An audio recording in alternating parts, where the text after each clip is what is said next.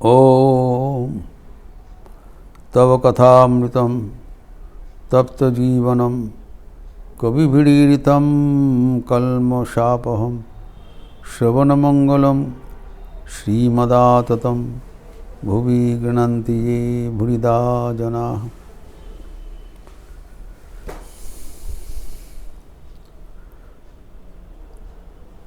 बलराम मंदिर में त्रैलोक्यनाथ सन्याल के साथ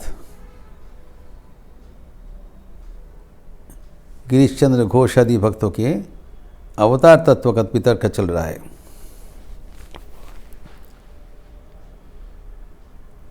त्रैलोक्य का मतवाद है कि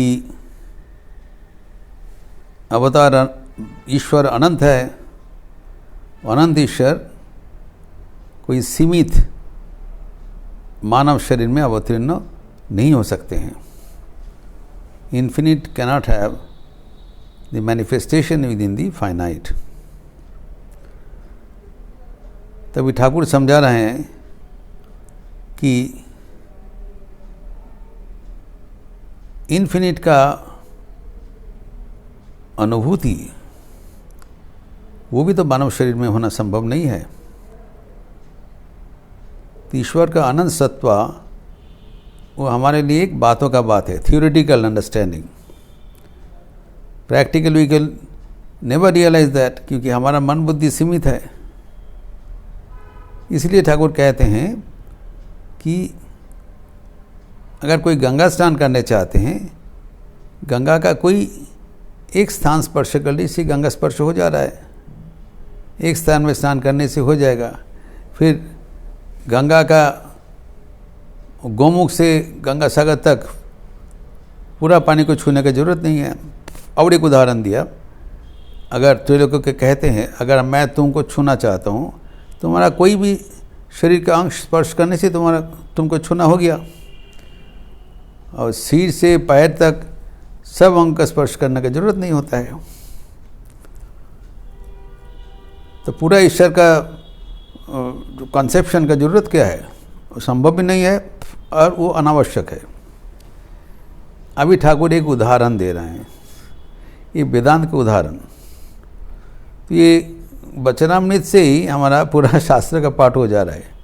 ठाकुर सहज ढंग से जो कठिन सब तत्व हमें कैसे अचानक विदाउट आवर नॉलेज कैसे समझा दे रहे हैं। तो ये बहुत प्रसिद्ध उदाहरण है वेदांत का कि जलपूर्ण घट,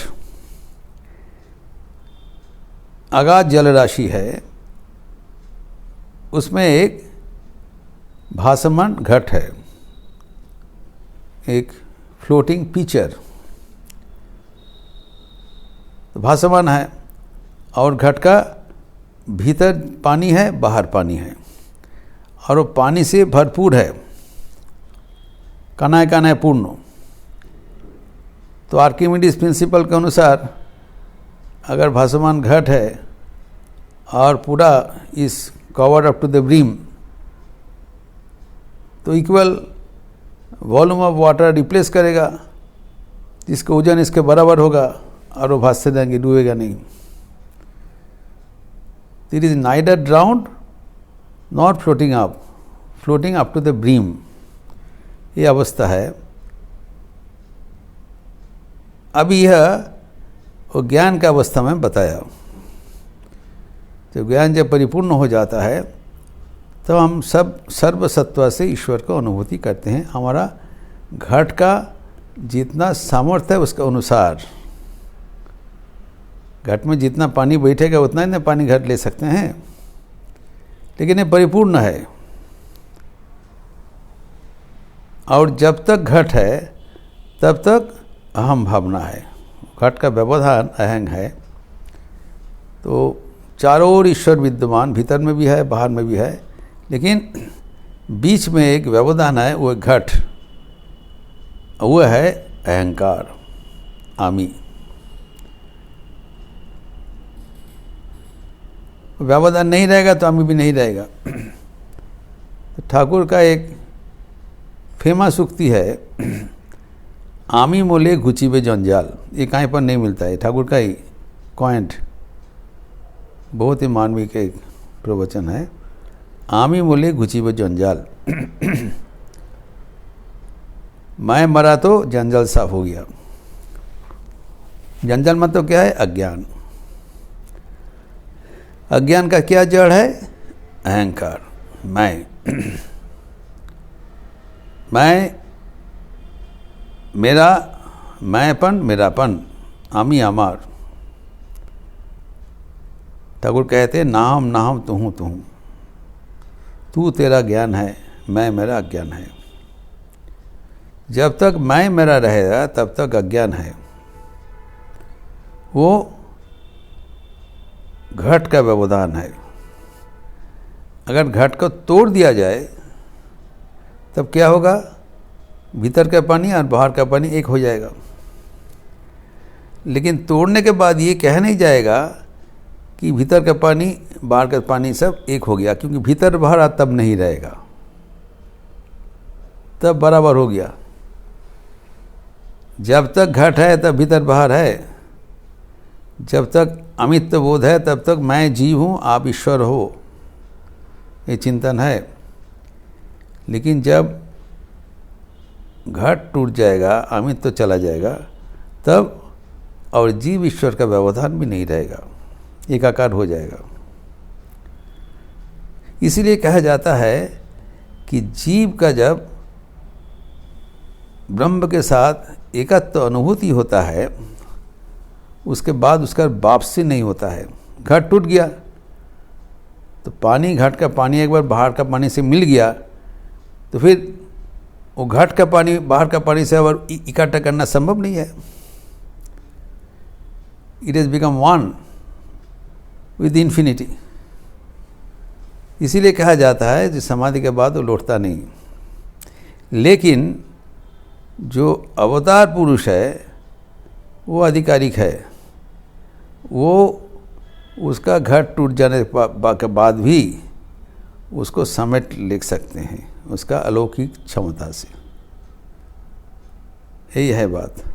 क्योंकि जब तक ये जीव का बात हो रहा है तब तक ये समझा जाएगा, अगर घट का वो जो व्यवधान टूट गया तब भगवान के साथ एक हो गए और वो तल्लीन हो गए।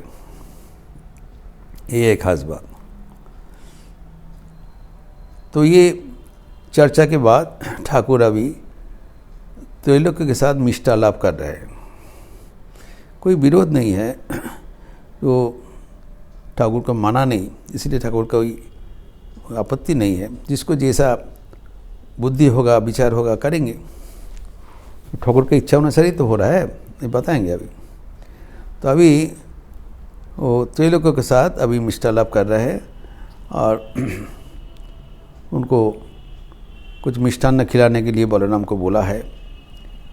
तो फिर त्रैलोक्य को ठाकुर कह रहे हैं तुम्हें तो आनंदे आछो। ये खास बात है। त्रैलोक्य का गाना सुनते हुए ठाकुर मोहित हो जाते थे और वो कहा करते थे इसके भीतर में इतना आनंद नहीं होने से इसे आनंदपूर्ण गान प्रस्तुत नहीं कर सकते हैं। तो कहते हैं तुम तो आनंद में हो। तो ये लोग कभी बोल रहे हैं कोई कहाँ है? जब तक आपका साथ रहता हूँ मैं बहुत आनंद में रहता हूँ, और जब आपको छोड़ के बाहर चले जाते हैं तब जे किसी पुराना अवस्था वापस हो जाता है।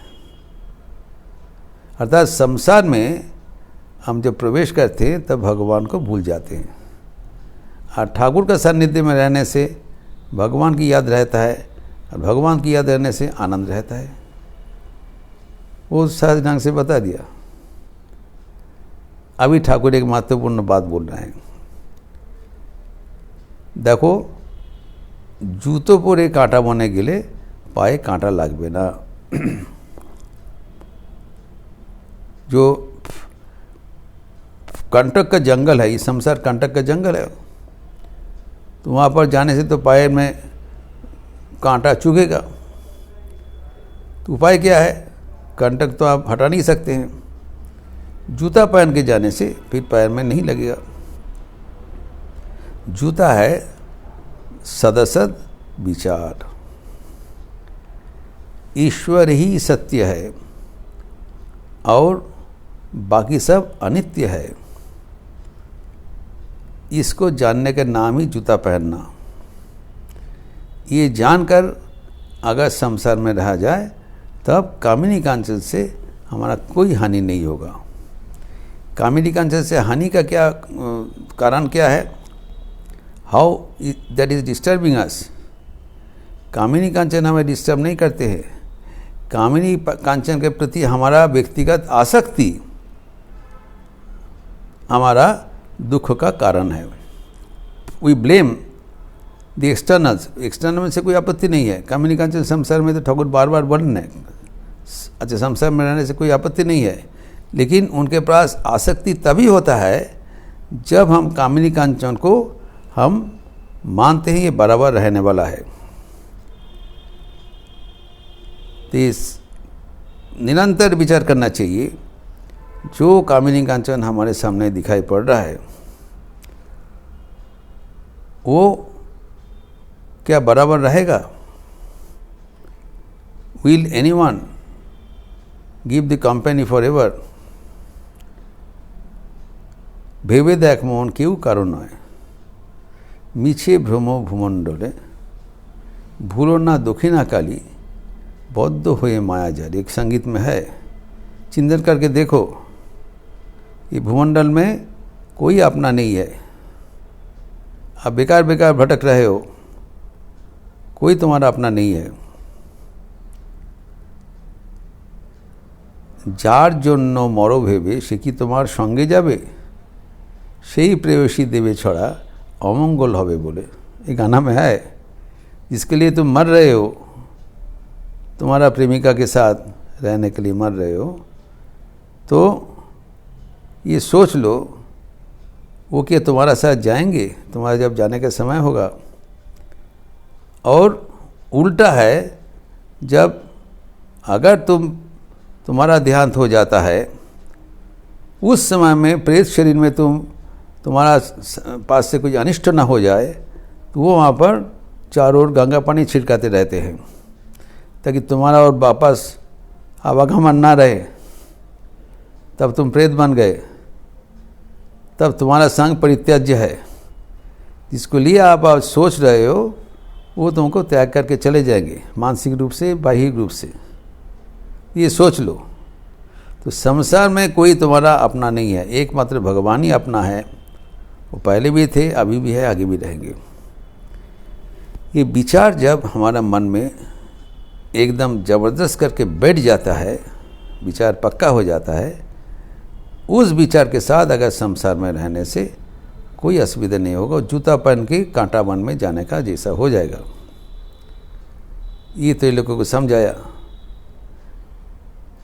और फिर तो लोगों को बलराम बाबू का घर के भीतर भेज दिया ताकि वहाँ पर मिष्टान नदी जलपान कराने के लिए, तो भीतर में भेज दिया।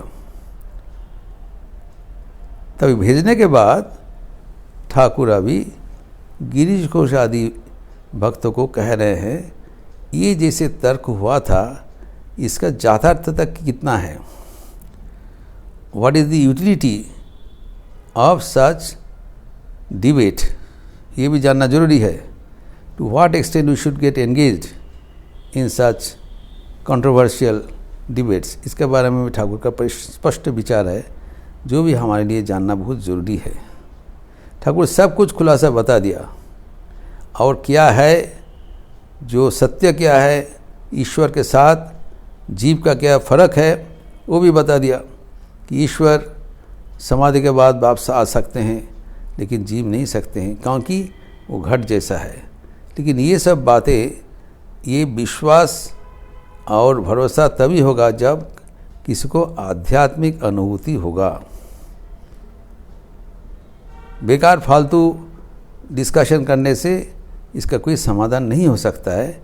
इसके बारे में ठाकुर भक्तगण को फिर आगे विस्तार से बता रहे हैं, जिसका चर्चा हम अगले दिन करेंगे। ओम शांति शांति शांति। हरि ओम तत्सत। श्री राम कृष्णार्पणमस्तु। आज रविवार का असर है। सुबह में गॉस्पेल ऑफ श्री राम कृष्ण का प्रवचन है अंग्रेजी में 10 बजे से, वीकली संडे क्लास, और शाम को 4 बजे से भारतीय व्याख्यान lectures from Colombo to Almora Swami ji का हिंदी में जुमाओं के लिए विशेष सत्र है, एवं निर्देशित ध्यान गाइडेड मेडिटेशन, एवं संध्या ऋतु के उपरांत सामूहिक भजन, डिवोशनल सॉन्ग्स इन कोरस। इसके सिवा दिन भर जप यज्ञ चल रहा है। आप लोग ज़रूर अपने अपने निर्धारित समय अनुसार उसमें अंश ले रहे हैं। एक आध्यात्मिक वातावरण में